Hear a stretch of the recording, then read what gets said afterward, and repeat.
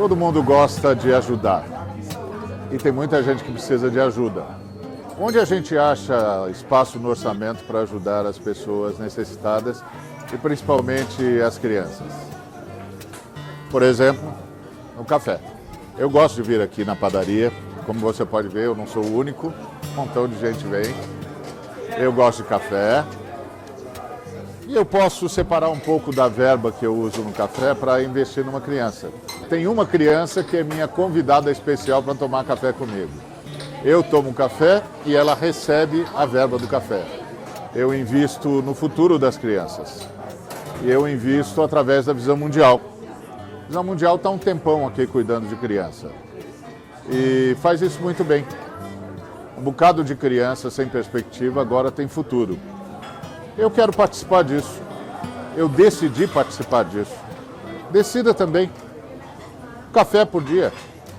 Você separa um pouco daquilo que você gasta consigo para investir em alguém. E dá certo, viu? No final do mês, dá para ajudar alguém e dá para ajudar bem. O coração fica mais leve, o café fica mais prazeroso e eu sei que estou fazendo bem. Pense nisso.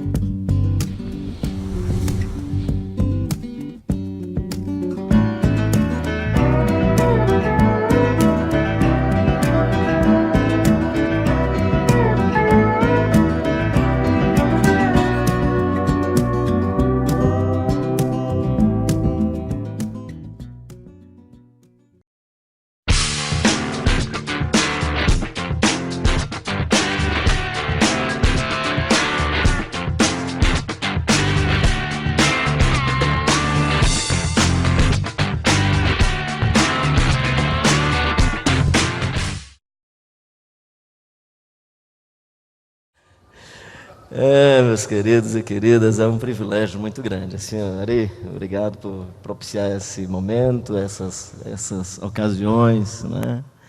E Vitor, obrigado pela palavra, né? Queria voltar para a casa de Deus sempre. O abraço dele é sempre muito gracioso, né? Então, voltar para a casa do Pai é sempre acho que é muito gostoso para todos nós, né? E acho que a gente não volta de uma única vez, a gente sempre volta, né? Ou volta para casa ou para vários compartimentos que tem a casa. Às vezes eu fico achando que o pai recebe na porta e vai lá para a cozinha para você vai atrás dele lá na cozinha. Aí depois vai lá para a despensa, né? Parece brincadeira de esconde-esconde. E você fica nesse fascínio de encontrar-se com o pai, sempre se redescobrindo na interioridade e o descobrindo no mistério da vida, né? No mistério da vida, no mistério da existência. Na contemplação da natureza que fala, na contemplação das pessoas que amam a Deus, na contemplação da fragilidade humana, na nudez do pobre, né? Na aflição do preso, no desencanto do peregrino, do andarilho, né? E aí você o encontra nessas manifestações inusitadas da vida, né? Pode encontrá-lo na presença de um jegue, da jumenta, né? Que fala. Eu às vezes gosto de falar, não porque eu não acredito que Deus falou pela jumenta, eu acho que Deus falou, mas eu prefiro falar do profeta que escuta, né? O milagre não é a jumenta falar, é o profeta escutar. A jumenta falar é pepita, Deus faz qualquer jumenta falar, né? O difícil é pegar o ser humano resistente, duro, e fazê-lo escutar, né? A vara de amendoeira continua falando, né? O Jeremias percebe a palavra de Deus na vara de amendoeira. As argilas que caem da mão dos oleiros continuam falando, né?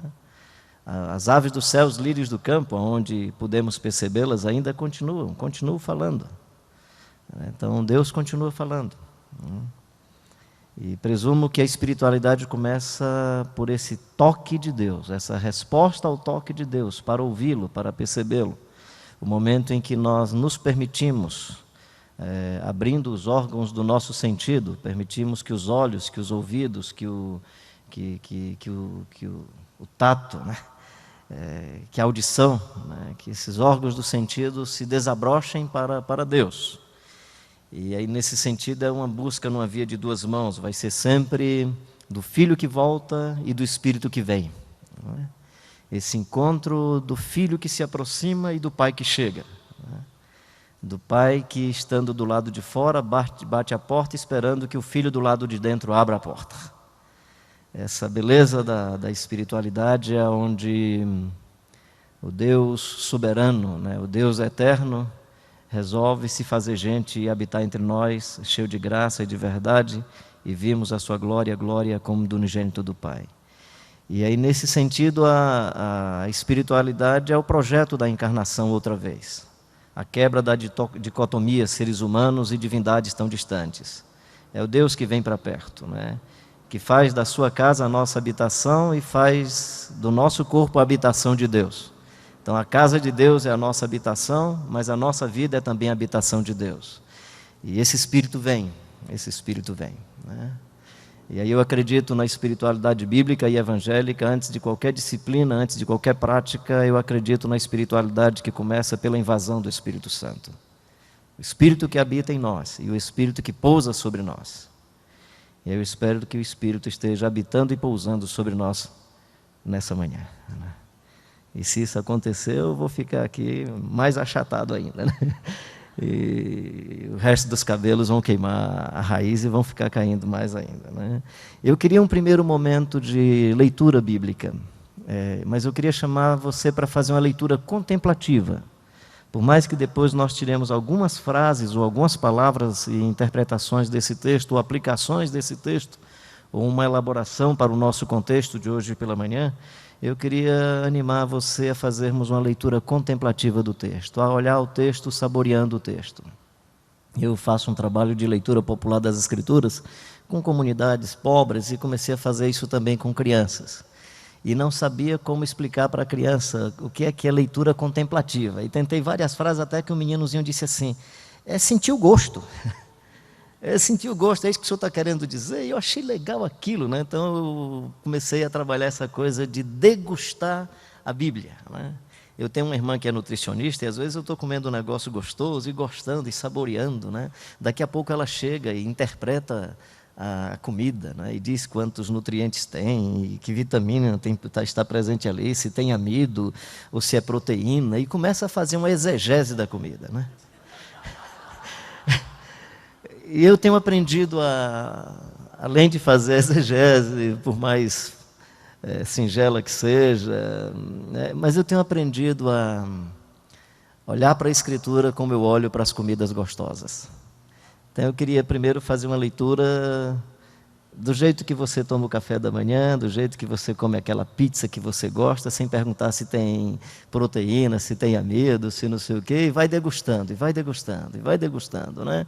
Então vamos fazer uma leitura degustando o texto, simplesmente celebrando, se for o caso, as frases poéticas, ou quem sabe aquela frase que tocou no seu coração e lhe gerou algum constrangimento, ou gerou alguma celebração, ou gestou algum tipo de elaboração na sua interioridade. Até porque eu acredito que a palavra se manifesta quando ela elabora um arrependimento, quando ela elabora um constrangimento, quando ela elabora uma gratidão, um sentimento de adoração a Deus. Aí sim a palavra se manifesta. A letra mata, o Espírito vivifica. Então, nesse sentido, a palavra é a manifestação que gera vida.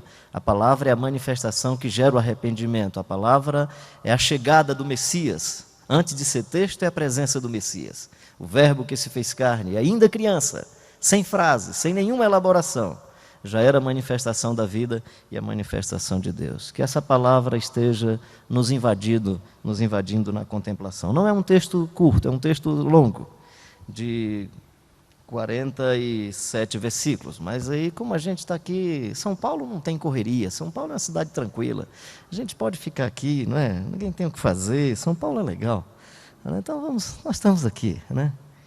Atos capítulo 2, e Vou lhe animar, não vai dar tempo a gente fazer, como é um texto longo, não vai dar tempo a gente fazer 2, 3 leituras. Eu vou me deter a uma única leitura, mas eu vou lhe animar a você pegar uma palavra ou uma frase do texto que você diz, essa frase me pegou no caminho.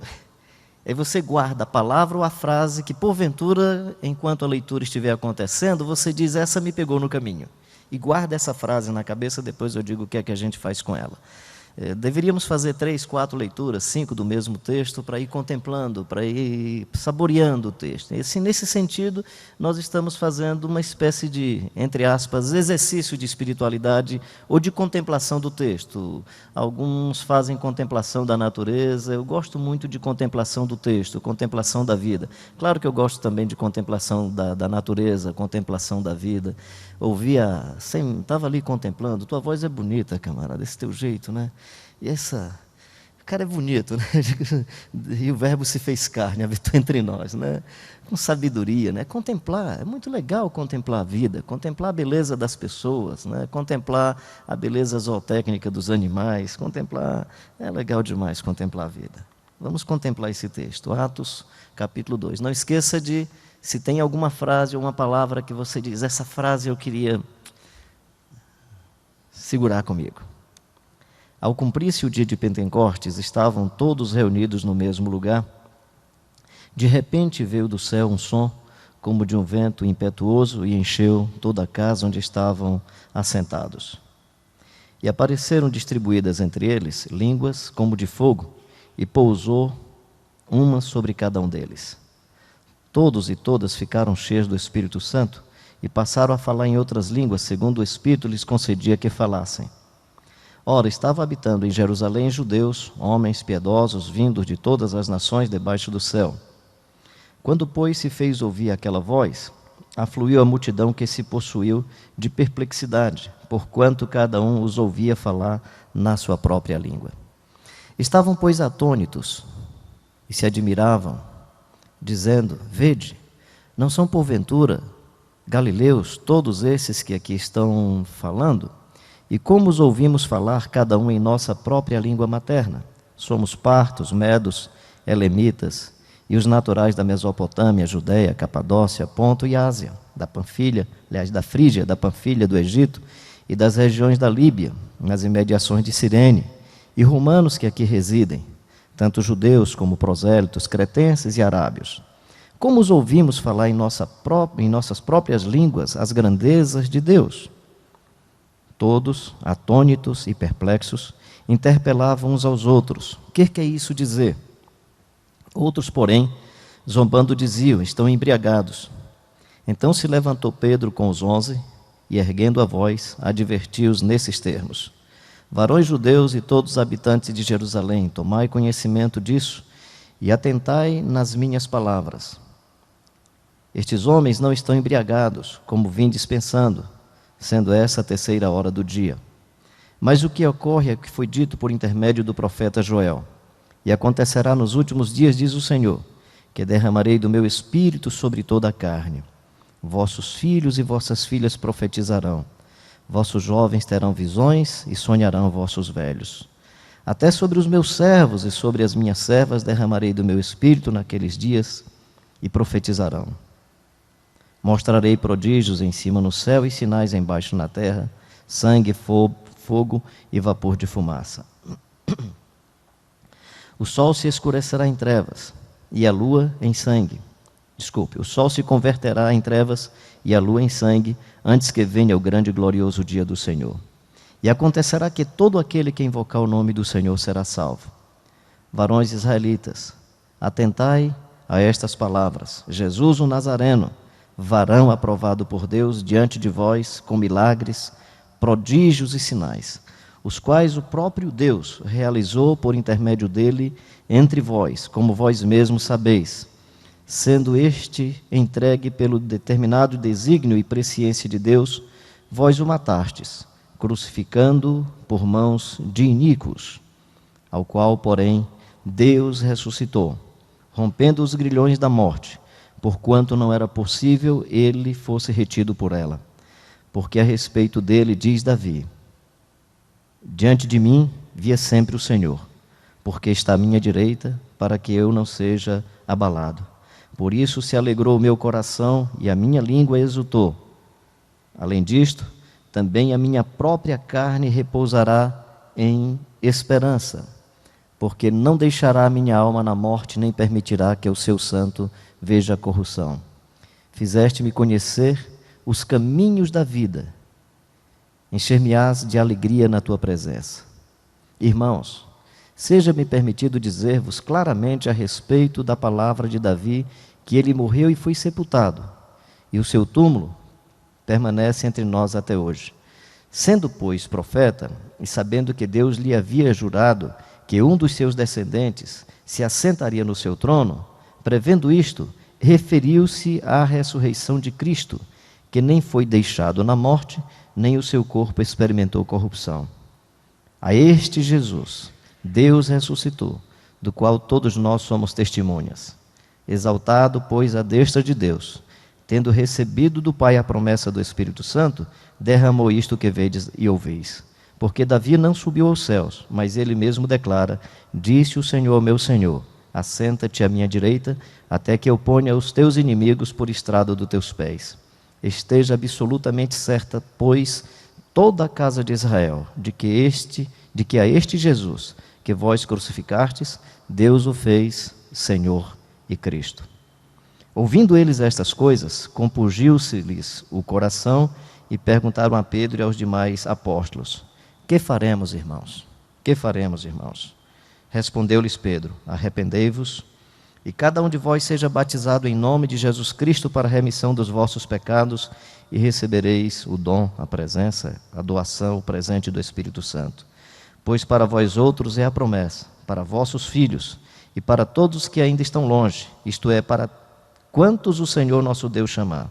Com muitas outras palavras deu testemunho e exortava-os, dizendo: salvai-vos desta geração perversa. Então, os que lhe aceitaram a palavra foram batizados, havendo um acréscimo naquele dia de quase 3.000 pessoas. E perseveravam na doutrina dos apóstolos e na comunhão, no partir do pão e nas orações. Em cada alma havia temor. E muitos prodígios e sinais eram feitos por intermédio dos apóstolos. Todos os que creram estavam juntos e tinham tudo em comum. Vendiam as suas propriedades e bens, distribuindo o produto entre todos à medida que alguém tinha necessidade. Diariamente perseverava unânimes no templo, partia o pão de casa em casa e tomava as suas refeições com alegria e singeleza de coração, louvando a Deus e contando com a simpatia de todo o povo. Enquanto isso, acrescentava-lhes o Senhor, dia a dia, os que iam sendo salvos. Vontade de ler de novo, né? Gostoso. Se você escolher uma palavra ou uma frase, eu queria que você procedesse da forma como eu vou proceder. Eu escolhi aqui a minha frase, né? Você repete, você diz a frase a primeira vez, 2 vezes em silêncio para a sua interioridade, uma segunda vez para a gente escutar, 2 vezes para a sua interioridade e uma terceira vez. Por exemplo, em cada alma havia temor. Em cada alma havia temor. Em cada alma havia temor. Eu queria animar você que escolheu a frase que está na frente, ficasse um pouco na diagonal para que quem está atrás escutasse e pudesse dizer em voz alta.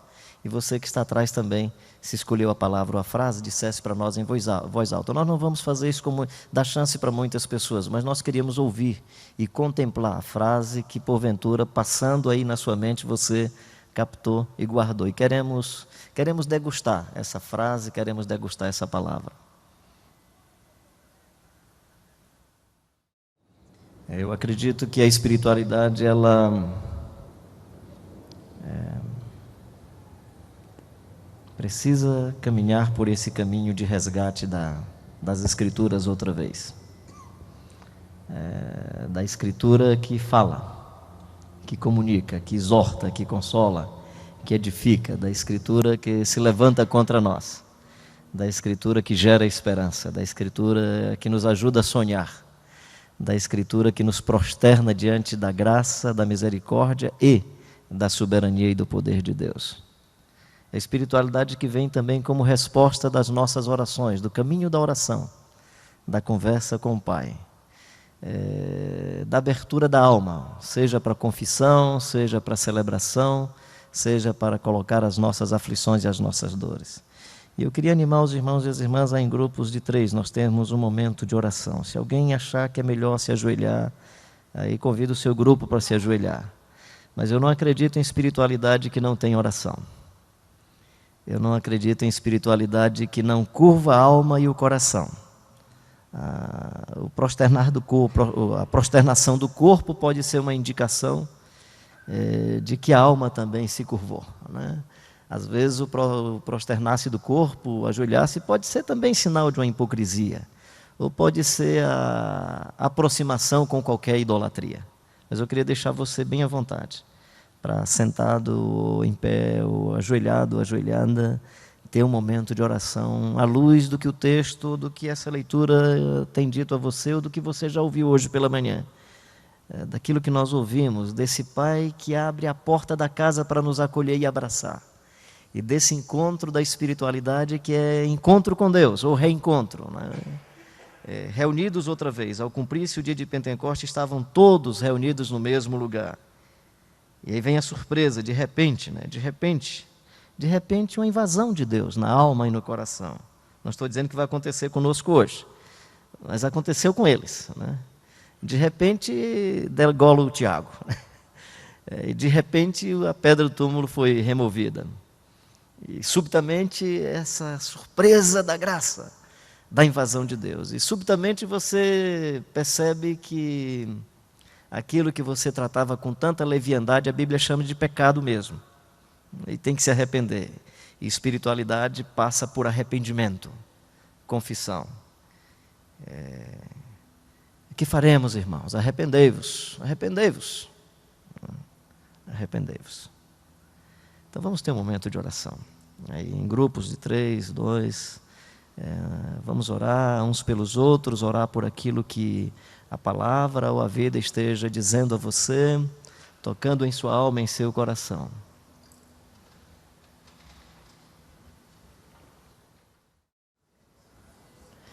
Pai, em oração nós estamos confessando o nosso desejo ardente de adentrar na casa do Pai. Em oração, ó Deus, nós confessamos o quanto dependemos do Senhor, o quanto precisamos do Senhor. Sabemos que a casa é acolhedora, mas por causa de nós mesmos e da Tua grandeza, nos aproximamos com temor e tremor, Pai. Nos aproximamos sabendo que o Senhor é o Deus que tem o trono da graça. Nos acolhe com graça, mas estamos diante do Teu trono, da Tua grandeza.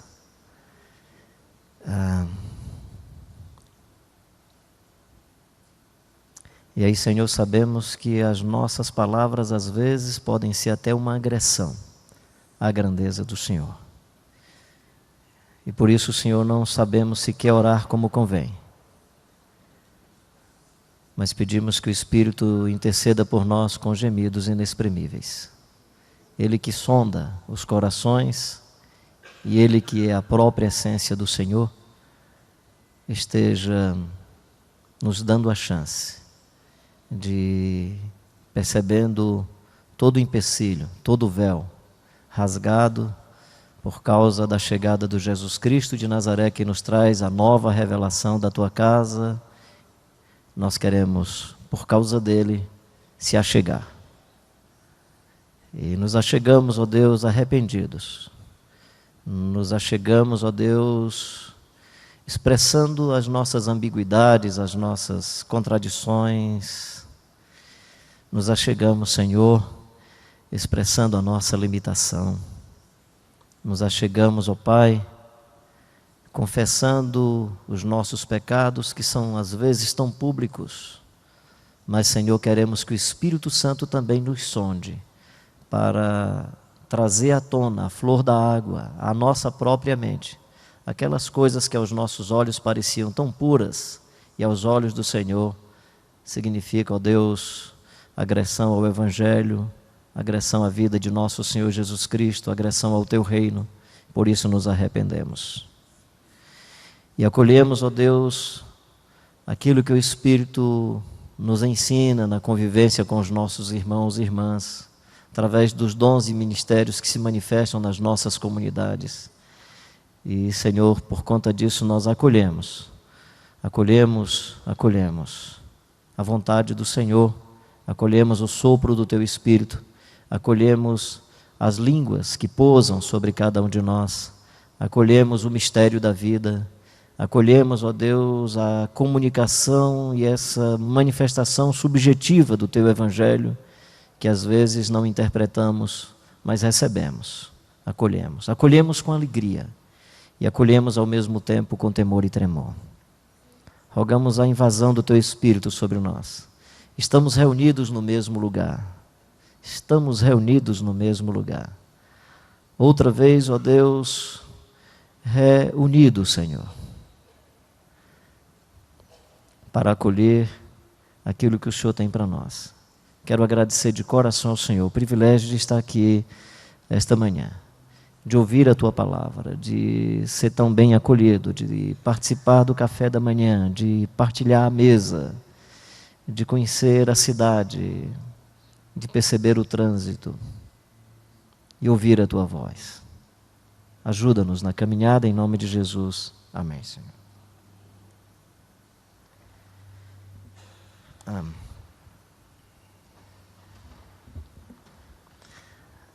Jesus disse que mandaria o Consolador e que o Consolador nos convenceria do pecado, da justiça e do juízo.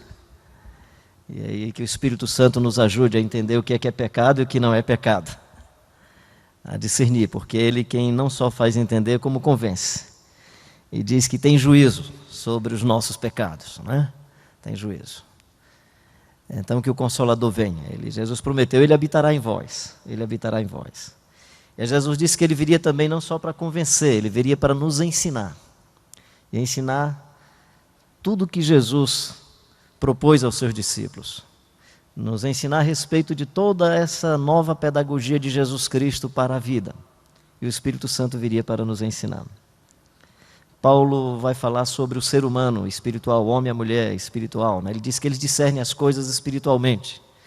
Então tudo indica que o reino de Deus, o Evangelho de Jesus Cristo e a vida de Jesus estão permeadas de categorias que não são as mesmas categorias do nosso cotidiano. Me parece que não tem as mesmas, são observações outras, né? Os menores serão maiores, os maiores serão menores, os últimos serão os primeiros serão os últimos. A samaritana é acolhida por Jesus e em arrependimento acolhe a palavra de Jesus, se torna a primeira evangelista de Sicar. A Madalena, na ótica do Evangelho de São João, é quem percebe a ressurreição e anuncia aos discípulos. Então esse Espírito que vem nos ensina, né? Essa invasão de Deus. E aí Jesus disse que eles ficassem em Jerusalém para que o Espírito Santo os encontrasse. Eu acho que o Espírito Santo é tão poderoso que os encontraria se eles estivessem dispersos também. Mas essa lógica do Evangelho, que é a lógica comunitária, do Pai Nosso, do Pão Nosso, de 2 ou 3 reunidos em meu nome, nada de visão isolada, individualista, mas dessa percepção comunitária do Evangelho, que eles estejam juntos. Então estamos aqui juntos, né? Estamos juntos, e presumo com realidades diferentes, mas com a mesma expectativa, essa expectativa de acolher a visitação de Deus. Homens e mulheres sensíveis, e por isso são felizes porque choram. Não é porque choram a desgraça dos outros, também choramos a desgraça dos outros, também choramos os nossos pecados, choramos as mazelas da nossa nação, choramos a violência da nossa nação, choramos e lamentamos a corrupção, choramos e lamentamos essa vinculação da religiosidade ou da cristandade brasileira e a corrupção, choramos todas essas violências. Mas, a priori, nós choramos porque queremos um Consolador. Porque só é feliz esse homem e essa mulher que chora na expectativa de ter um consolador. E só chora essa lágrima inusitada quem percebe a necessidade do Consolador. Está diante do trono de Deus e vê o anjo que pergunta quem é digno de abrir o livro e desatar os selos. E anjo poderoso, na presença de Deus, o máximo que pode fazer é uma singela pergunta. E o coitado do João que diz, e eu chorava muito.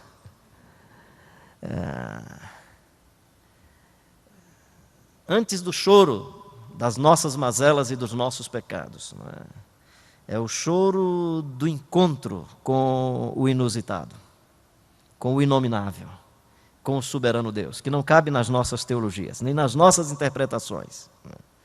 Não dá para colocar num tubo de ensaio, não dá para ser domesticado. Né? É o Deus, é o eterno, o inominável, o Yahvé. Né? É o Yahvé. E diante dele nós nos curvamos. E aí precisamos de um consolador, porque senão a gente se arrebenta. E aí precisamos de um consolador que acolhe e diz, olha filho, se eu não estiver aqui dentro de você e não habitar na sua casa, ela se destrói, ela vai se desmoronar. Se você não for invadido pela misericórdia, pela graça e pela bondade de Deus, essa sua estrutura fajuta vai se fazer em nada. As suas células vão se decompor, sua espinha dorsal não vai aguentar. Suas pernas não vão ficar tesas, elas vão se curvar, você vai cair com o rosto em terra. Não é cair por qualquer coisa. Né? Eu não tenho jeito, né? Quando me vem brincadeira eu tenho que falar, mesmo quando estou falando sério. Né? E tem gente caindo aí por qualquer coisa. Né? Não é o cair no espaço público para fazer show. Tem um rapazinho lá na nossa comunidade, ele é o chamado filho do coração, da família da esposa do meu irmão mais jovem, do meu irmão caçula, do Júnior. E o Evaldo, ele tem algumas dificuldades, tanto para fala como para locomoção, e ele fala batendo a mãozinha assim. Então eu vou contar uma historinha dele aqui, mas vocês entendam o fato de estar imitando, não é de forma pejorativa, é só para comunicar melhor a realidade. Ele chegou para o Júnior, meu irmão, Júnior, eu estou indo acolá numa igreja zóia, Júnior, igreja do fogo, é do poder, Júnior. Do poder. E o Júnior é mesmo, cara? É, cara. O pessoal vai lá na frente, chama todo mundo, aí o pastor e a patola ficam na frente lá, bota a mão assim, cai um, cai outro. Júnior é fogo, Júnior, é do poder. Aí o Júnior disse, e tu vai lá na frente também, Evaldo? Vou, Júnior, eu vou também, acho legal aquele negócio, eu vou. E tu cai? Cai não, Júnior, sou beta não, sou nem abestado.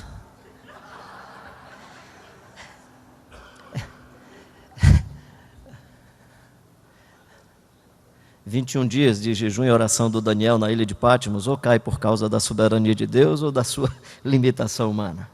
O João Evangelista, na ilha de Patmos, sem estar em espaço público, realmente diz, eu caí como morto e o Senhor veio sobre mim, pôs a sua mão direita. Se alguém cair aqui, provavelmente a gente tem que levar para o hospital. Deve ser alguma coisa, porque eu não tenho poder para esse negócio, viu, gente? Então deve ter sido alguma coisa aí, a não ser que Deus fez aí, quis fazer publicamente. Mas quando eu vou para as Escrituras, esse negócio me parece estranho, mas tudo bem. Então, quando eu estou falando dessa ação de Deus que nos quebra, que nos move por dentro, não estou falando dessa magia religiosa, desse esoterismo religioso que tem acontecido aí no contexto brasileiro, que o cara se levanta e continua a mesma porqueira de gente, mau marido, sem respeitar ninguém, sem cuidar dos filhos, sem temor a Deus, sem conhecimento do Evangelho, e continua fazendo muita besteira na vida. Não estou dizendo que eu e você também não fazemos besteira, mas eu pelo menos me arrependo quando percebo, ou quando o irmão me confronta e diz que eu fiz besteira. E aí fica aí com vergonha, não quero mais cair na frente de ninguém, quero ficar escondido, né? Aí quero jejuar não como busca de santidade, mas jejuar como quem está com vergonha de viver. Chateado com a existência, chateado com as bobeiras da vida.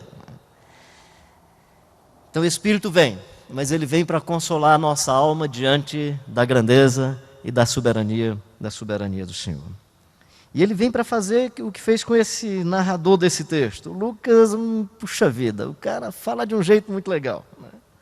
E ele diz que a espiritualidade é uma retomada do texto bíblico para reelaborar, a fim de que ele dê respostas para a nossa geração. É isso que ele está fazendo com o texto de Joel. É isso que ele faz quando busca o Davi. E a espiritualidade é uma reelaboração dessa palavra que fala hoje. que fala agora, que me diz alguma coisa para o dia de hoje, é a palavra que continua falando. Mas é uma espiritualidade aberta à manifestação sobrenatural, à manifestação subjetiva. E a subjetividade desse texto não é o pessoal falar uma língua que ninguém entende. Eu sou de vertente pentecostal, por favor. Mas é falar uma língua que todo mundo entende. Esse texto está dizendo que o Espírito Santo vem, e até as pessoas que são de dialetos e idiomas diferentes compreendem. Eles se compreendem em sua língua materna. É isso que o texto está dizendo. O que o texto está dizendo é que quando o Espírito Santo vem, a despeito das nossas diferenças e das nossas concepções tão diversas, nós nos acolhemos na subjetividade da vida. Nós nos acolhemos no mistério do Deus soberano. Nós podemos sentar à mesa e olhar no olho um do outro e dizer, cara, você precisa mudar, mas eu continuo te amando. Essa linguagem da misericórdia, essa linguagem do amor, a linguagem da confrontação e a linguagem da justiça do Evangelho. Quando o Espírito Santo vem, a despeito de falarmos em dialetos e idiomas diferentes, nós vamos nos compreender na subjetividade da vida, do Deus eterno que invadiu o nosso coração e desse Consolador que me acolheu e me ensina a acolher o outro. Claro que fazendo a diferença entre a conta bancária do outro e o outro. Não é acolher a conta bancária, é acolher a pessoa. Não é acolher o título e a imagem pública, é acolher a pessoa. Não é acolher o pecado e o erro, é acolher a pessoa. É porque às vezes nós atrelamos o ser do indivíduo com o título, o ser do indivíduo com os bens que ele possui. Nós atrelamos o ser do indivíduo com os erros que ele comete. Esse núcleo básico da vida, que é o núcleo amado por Deus, nós precisamos saber como invadir esse núcleo para resgatar de tal maneira que o Espírito Santo, convencendo as pessoas do pecado, da justiça e do juízo, os indivíduos se encontrem com Deus e se encontrem consigo mesmos. Esse texto ele é encantador porque ele acolhe várias gerações. Ele quebra as discriminações e os processos de rompimento das classes sociais, vossos servos e vossas servas. Que legal. Seria dizer assim, a gente vai fazer um congresso em São Paulo e nós vamos chamar a doméstica, a pessoa que trabalha na casa da irmã fulana de tal. Esse texto está dizendo que as servas também profetizam. Aliás, nesse texto está dizendo que as servas e os servos, eles é que profetizam. Esse texto é encantador, no meu entendimento, porque ele faz uma síntese da comunidade de nosso Senhor Jesus Cristo que está vivendo aí em Jerusalém, com todas as suas limitações, mas com sinais extraordinários dessa chegada do Espírito Santo e de uma espiritualidade tão integral, que está aí presente no versículo 42 até o versículo 47, quando sintetiza a beleza dessa comunidade. É o Espírito que pousa. É o Espírito que, pousando sobre a sua vida, a misericórdia e a graça de Deus serão percebidas nos poros, na respiração, na sua caminhada, na sua existência. É o Espírito que habita, mas é o Espírito que pousa, no sentido de que caíram na simpatia. Se você observar nos capítulos posteriores, não foi na simpatia de todos. Caiu também na oposição de alguns. Possivelmente o todos aqui refere-se à grande maioria, à comunidade, né? Mas os poderosos não. O Estevão foi apedrejado e fazia parte dessa comunidade, né? Então alguns rejeitaram essa comunidade que vivia dessa maneira, porque a vivência dessa comunidade é também um tipo de vivência que denuncia. Quem é que, sendo rico, quer vir para o Evangelho para ficar mais pobre? Tinha 100% e agora só tem 50%. Né? Porque nessa comunidade não valia a doação de 10%. Nessa comunidade era quem tem muito doa e quem não tem leva. Essa comunidade é para que quem tem muito não fique com sobra e para que quem tem pouco não sinta falta. Então eu fico olhando aí nas televisões, vez por outra me dá a tentação de ver algumas dessas lamas que a gente assiste por aí. Mas aí eu sou curioso tanto quanto você, acho legal esse negócio de religião, do jeito que eu gosto de futebol, eu gosto também de religião. Aí vez por outra eu abro aí nessas religiões, né? Religião, aí eu fico vendo, né? E eu nunca escuto o testemunho do Barnabé, o cara diz assim, não, eu tinha um carro, agora tenho 2, né? Tinha uma casa, agora tenho 2 casas, Deus me deu muito mais. Né? Eu nunca vejo o cara dizendo assim, não, eu tinha 5 casas depois que eu encontrei Jesus. Eu percebi o quanto Jesus fala de uma esperança futura e o quanto Jesus diz que a gente precisa amar as pessoas e não se apegar às coisas desse mundo. Eu tinha 5 casas, agora só tenho 2. Né? Eu tinha tantos carros e diminuí. Né? Por isso que a gente não quer avivamento. Porque se o Espírito Santo vem, ele não vai criar um fuzuê, uma festança.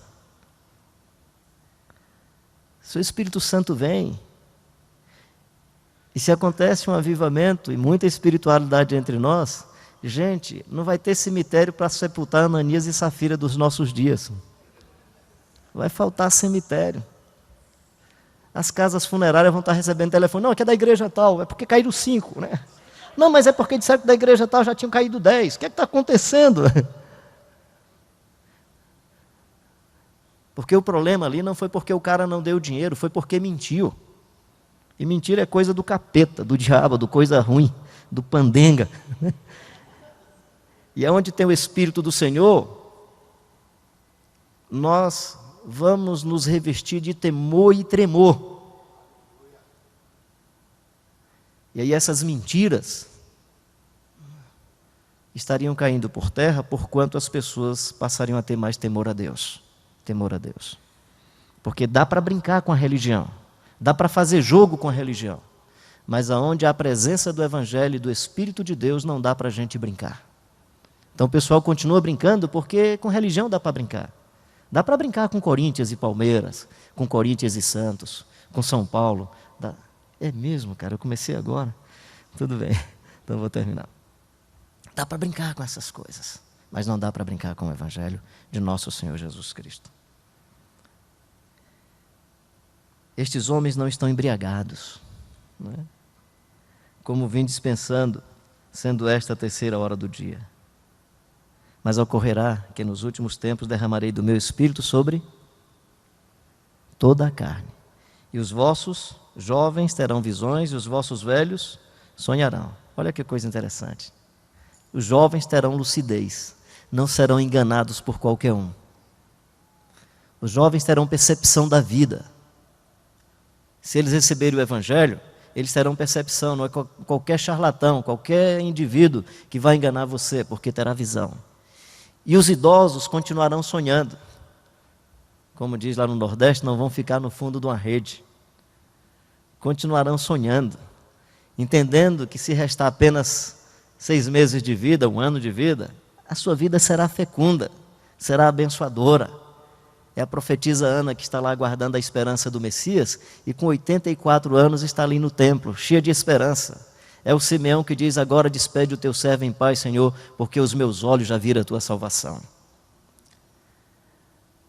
Então os jovens terão visões, discernimento, percepção, lucidez. E os idosos continuarão sonhando.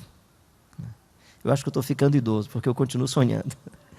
Eu continuo sonhando que a gente vai resolver esse problema do semiárido nordestino.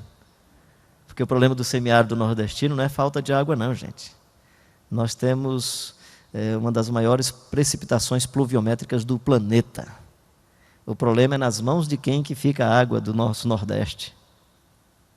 Não é com transposição de Rio São Francisco que a gente vai resolver o problema, porque a transposição pelo caminho que está sendo feita, ela possivelmente vai atender de novo quem tem o dinheiro e quem vai fazer as agroindústrias da nossa região. E aí nós evangélicos, na nossa hidroteologia, em vez da nossa hidroteologia servir para a gente perguntar o que é que a gente está fazendo de tanta água que Deus manda para o Nordeste, a nossa hidroteologia é perguntando a quantidade de água para o batismo. É num copo? É numa bacia batismal? É num tanque? É numa piscina? É hidro mesmo. É pura água, né? Porque não vai levar nada. Não vai levar nada. Com todo respeito às nossas magias religiosas. Isso aqui não estou dizendo nada contra o batismo, porque o batismo é uma manifestação onde um indivíduo, depois de se encontrar com João Batista, imagina só um sacerdote, um escriba, um fariseu, se encontra com João Batista e entra na cidade todo molhado. O que é que ele está dizendo? Eu acreditei na mensagem do cara, estou arrependido, por isso que eu vim desse jeito. É sinalizando com a sua estética que houve arrependimento. é sinalizando a partir de alguma manifestação da vida que de fato você acreditou que Deus é Deus, que o Jesus Cristo de Nazaré morreu, ressuscitou. Claro, referindo-se ao João Batista, ele ainda nem tinha morrido e ressuscitado, mas era pelo menos assim: estou arrependido das coisas que eu fiz e acreditando nesse Deus eterno e me curvo a esse Deus. João Batista, você está com a verdade, eu estou arrependido, por isso eu quero entrar na cidade todo molhado para todo mundo perceber que eu me arrependi. Os servos e as servas, sobre eles e elas derramarei do meu espírito e elas profetizarão. Eu queria que você respeitasse mais aquela senhora que trabalha na sua casa, acolhendo a sua família e seus filhos, que trabalha na sua cozinha. Queria que você respeitasse mais o cidadão que abre a porta lá do seu condomínio para você entrar. Jesus pergunta quem é maior, quem está à mesa ou quem está sentado à mesa. Aí diz assim, não, quem é maior quem está sentado à mesa. Ele diz, pois é, mas eu estou servindo à mesa. Muda as categorias de percepção da vida. Se você é um seguidor e uma seguidora de Jesus, eu queria que você falasse com essas pessoas como quem reverencia. Respeitando a vida. Respeitando o ser humano que é feito à imagem e semelhança de Deus. E espiritualidade passa pelo caminho do respeito à dignidade humana. Vossos servos e vossas servas profetizarão. Coisa bonita. Coisa bonita. Coisa bonita. E aí vem o Pedro, que usa o texto e, fascinado pelo Jesus Cristo de Nazaré, encantado pelo Jesus Cristo de Nazaré, vai anunciar a Jesus. A espiritualidade no Novo Testamento é uma espiritualidade onde as pessoas vão perceber Jesus, vão se encantar por Jesus. Acho que você já conhece, eu contei já várias vezes, desculpa ser repetitivo, mas eu acho essa cena, eu não posso falar o evangelho, sendo nordestino, sem falar de jegue. Não tem jeito. Mas imagina, Jesus vem montado num jegue, meu querido, para fazer a entrada triunfal em Jerusalém. Vem de jegue. E aí os meninos, as crianças e os adolescentes no templo continuam dizendo Hosana, Hosana ao rei que vem em nome do Senhor, na ótica de Mateus. Não sei se Jesus entrou no templo com jegue. Há poucos dias eu lá em Fortaleza, conversando com um dos líderes da nossa igreja, eu digo, rapaz, eu tenho um desejo muito grande aqui, na semana chamada Semana Santa, Semana da Páscoa, quero pegar esses caras aí que vivem catando lixo na rua e tal, as pessoas que vivem em condição de rua, eu quero fazer uma entrada triunfal com eles. Um deles assim, barbadão, em cima daqueles carrinhos que faz a coleta do lixo, né? E dando com a mão, e os outros jogando papelão e tal. E eu fiquei, aí o líder da minha igreja, que legal, pastor. E o senhor pensa em parar onde? Eu disse, dentro do nosso templo. Ele, não, aí peraí, o senhor está exagerando. Então, quando vinha no meio da rua, Jesus dando com a mão no carrinho, estava tudo legal. Quando eu disse que era dentro do templo, a impressão que eu tenho em Mateus é que Jesus, é só minha irreverência, o texto não diz isso, mas é que Jesus entrou com jumento e tudo. E os meninos acharam legal, porque só menino para entender um culto bagunçado desse jeito. Só criança para continuar gritando. E eles mandam que esses meninos se calem, né? Se eles se calarem, as próprias pedras clamarão. Mas aí vocês devem saber que o jumentinho voltou na semana seguinte. Ele combinou com a mãe, mãe, eu vou voltar e vou fazer o mesmo caminho. E saiu fazendo o mesmo caminho. E não aconteceu nada. Ele ficou naquela expectativa de que alguém colocasse um ramo, a sua capa, e não acontecia nada. Ele foi triste. E quando chegou perto do templo, aí foi que deu confusão, foi expulso, né? Voltou para casa chateado, triste, deprimido. Mãe, tão diferente da semana passada. Ela, pois é, meu filho, o pessoal não estava encantado com você não, era com Jesus Cristo de Nazaré, meu filho. Eu não estou chamando ninguém aqui de jegue, por favor. Só estou dizendo, meu querido e minha querida, se não for Jesus em sua vida, pode até ser que você construa tanto quanto Salomão construiu. E faça tanto quanto Salomão fez. Jesus vai chegar e dizer, você não acrescentou um palmo à sua existência. Você fez muito, mas nos critérios do reino, Jesus vai olhar e dizer, você não fez nada. Foi correr atrás do vento. Foi pura vaidade. E isso não tinha nada a ver com o meu reino. O Pedro está encantado pelo Jesus Cristo de Nazaré, fascinado pela sua morte, deslumbrado com a sua ressurreição. Ele diz: esse que vocês crucificaram, Deus o fez Senhor e Cristo. Ele é a encarnação de Deus na história da humanidade. Ele é a revelação de Deus. O escritor da carta aos Hebreus vai dizer que ele é a expressão mais plena de Deus. É a expressão exata do ser de Deus. E a espiritualidade caminha pelo resgate, isso já foi dito pelo Bintu hoje na primeira palavra, caminha pelo resgate dessa singularidade que não é só a sua singularidade humana. É, de novo, a imagem e semelhança do Jesus Cristo de Nazaré em sua vida. Andar como ele andou, viver como ele viveu, ser transformado de glória em glória, e não tem como ser transformado de glória em glória a não ser de novo pelo poder do Espírito. Por isso que nós precisamos da invasão do Espírito Santo, porque é de glória em glória pelo poder do Espírito Santo. Fomos pré-desenhados para vivermos conforme a sua imagem e a sua semelhança. Como ele é, nós seremos, e como ele é, nós veremos. E é aquela pergunta do Eugene Peterson, que é muito repetida pelo Ricardo Barbosa: se você não imita Jesus, a quem você está imitando? Se não é a Jesus que você imita, a quem você imita? Então a espiritualidade é marcada por esse resgate da vida do Jesus Cristo de Nazaré que se manifesta em nós. Nos seus atos, nas suas palavras, no acolhimento das pessoas com o mesmo perfil das pessoas que Jesus Cristo acolheu, nessa sensibilidade profunda de temor a Deus, de levar uma senhora de forma profunda a derramar suas lágrimas e profundamente consternada, curvada, abrir o coração para a sua confissão e ao mesmo tempo levar o Simão a arrepender-se da sua religiosidade tacanha, perversa, que maltrata pessoas e vidas. Esse Deus que, quando se manifesta, leva o nosso coração ao constrangimento e nos põe em igualdade com os demais, não por causa das suas práticas sociais, mas porque você conhece a sua natureza e conhece o potencial que você teria de fazer todo o mal. E se você não os fez, foi por causa da graça, da bondade e da misericórdia de Deus.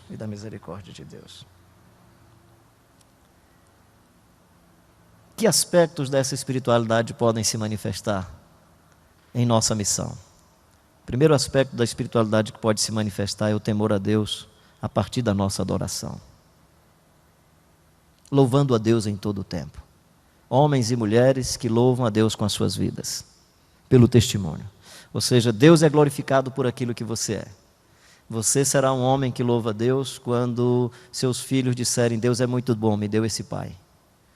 Você será uma mulher que louva a Deus quando as pessoas que lhe conhecem disserem que Deus é muito bom, fez com que você chegasse aonde a pessoa estava.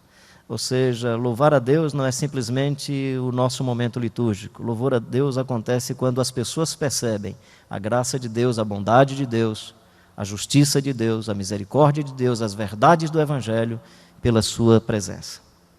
Louvando a Deus. É isso que gera a simpatia e a antipatia de alguns. Por isso que o Estevão foi apedrejado, não foi por causa da simpatia de todos, foi por conta da antipatia de alguns, da rejeição de alguns. Louvando a Deus. A espiritualidade nos leva à comunhão, à afetividade, à manifestação dos dons, discernimento, conhecimento. A espiritualidade gera havia prodígio entre eles.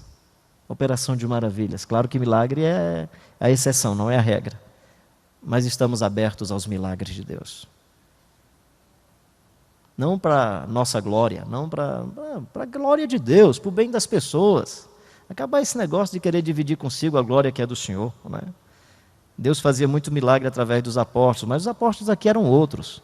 Paulo, quando vai defender o seu apóstolo ao lado, ele diz assim: eu levei 40 chibatadas menos uma. Duvido que esses apóstolos aí tenham levado esse tipo de chibatada por causa do Evangelho. Pode até levar pelas besteiras que estão fazendo. Depois Paulo diz assim: passei fome, jejum, voragem no mar. Sou escândalo de todos, espetáculo dos anjos, lixo, escória. Não tinha nem apoio institucional de ninguém. Os irmãos em Filipos, no caso de Paulo, é que eventualmente dava alguma oferta. A oferta que ele pede em Macedônia não é para ele, é para os pobres de Jerusalém. Queria animar você a ser uma pessoa que, sendo visitado e visitada por essa comunhão com o Espírito do Senhor, fecunde-se de comunhão com as pessoas.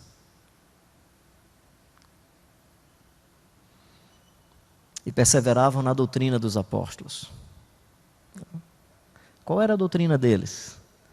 Eu acredito que era as doutrinas do Jesus Cristo de Nazaré, que estão bem sintetizadas no Sermão da Montanha, que é isso que o Espírito vem para nos ensinar, isso que ele vem ensinar. Não é ensinar qualquer coisa, é ensinar o que Jesus ensinou, gente. O que o Espírito vem nos convencer do que Jesus ensinou, o que ele vem nos ensinar é o que Jesus ensinou.